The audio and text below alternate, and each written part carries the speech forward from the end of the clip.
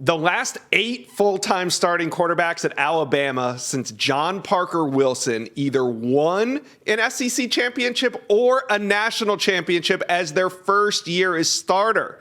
That's what Alabama fans have come accustomed to. But before we figure out if Alabama has a QB on the roster that can lead the team to a national championship, let's bring on three coaching insider Jesse Simonton. Jesse, Bama spring game just a few days ago. There was some good, there was some bad, some inconsistencies from both Milroe and Ty Simpson.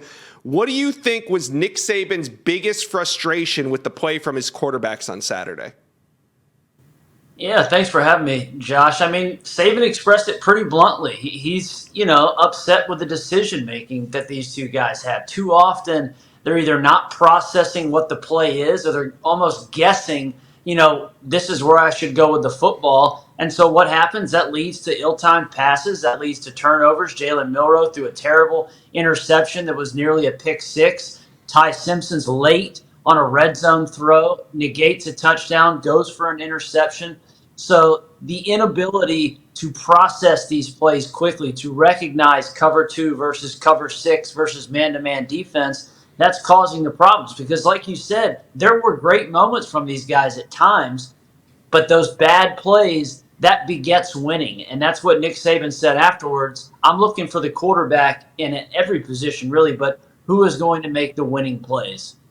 All right, Nick Saban did not address who QB1 is going to be. He didn't name the starter. So who do you think is the leader in the clubhouse coming out of the spring game? Maybe we should say the leader at the turn, because there's no way that this QB battle is over. It's going to go into fall camp. So heading out of spring, who do you think the leader is?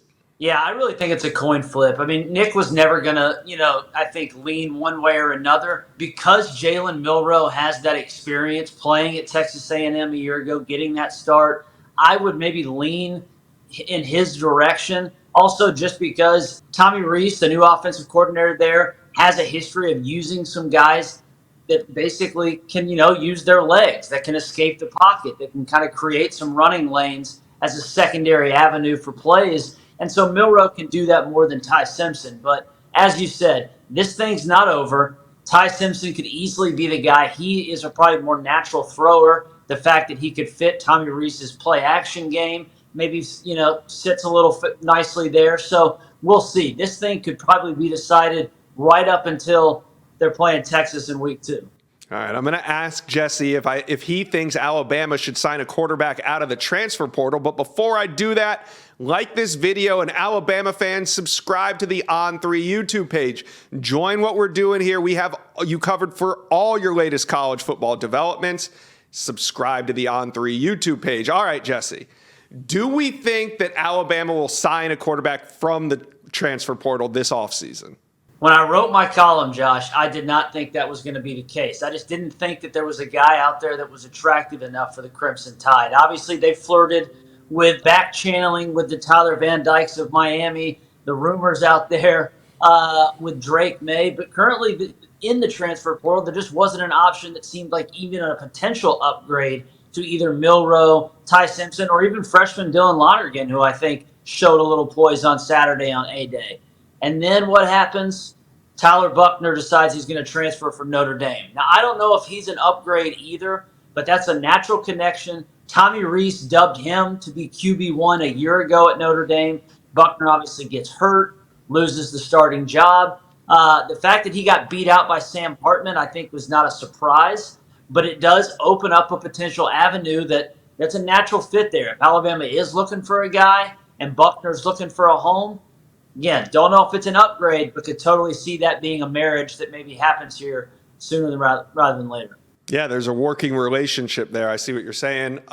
Bama fans hold this team to a very high standard, and deservingly so. But is it fair to think that this team, with the current roster, can live up to the standard of a national championship year in, year out?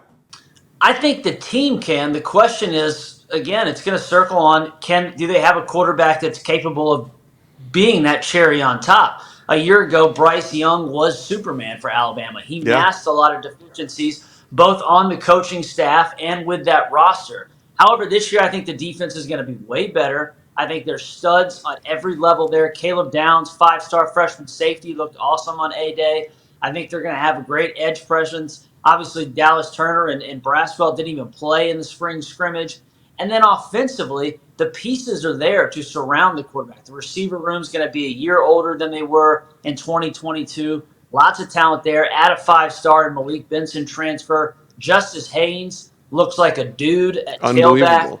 Unbelievable. And so it's really just, do they have a championship quarterback? Today, I would say no, but Nick Saban doesn't have to answer that question today. He's got 4.5 months to figure that out. So that, whether that's adding a guy like Tyler Buckner or somebody else out of the portal, or ideally seeing some, off-season growth and development from either Milroe, Simpson, or maybe both. Yeah, they do have some serious weapons on both sides of the ball. We'll just have to see who that next man up is for Alabama at the QB position. But it seems like this discussion, Jesse, it ain't going anywhere. So you and me will be talking Alabama QB battle throughout the offseason. Thanks for stopping by Coach's Corner today. Thank you for watching. Make sure you smash that subscribe button for me. And remember to check out all the videos on the On3 YouTube page.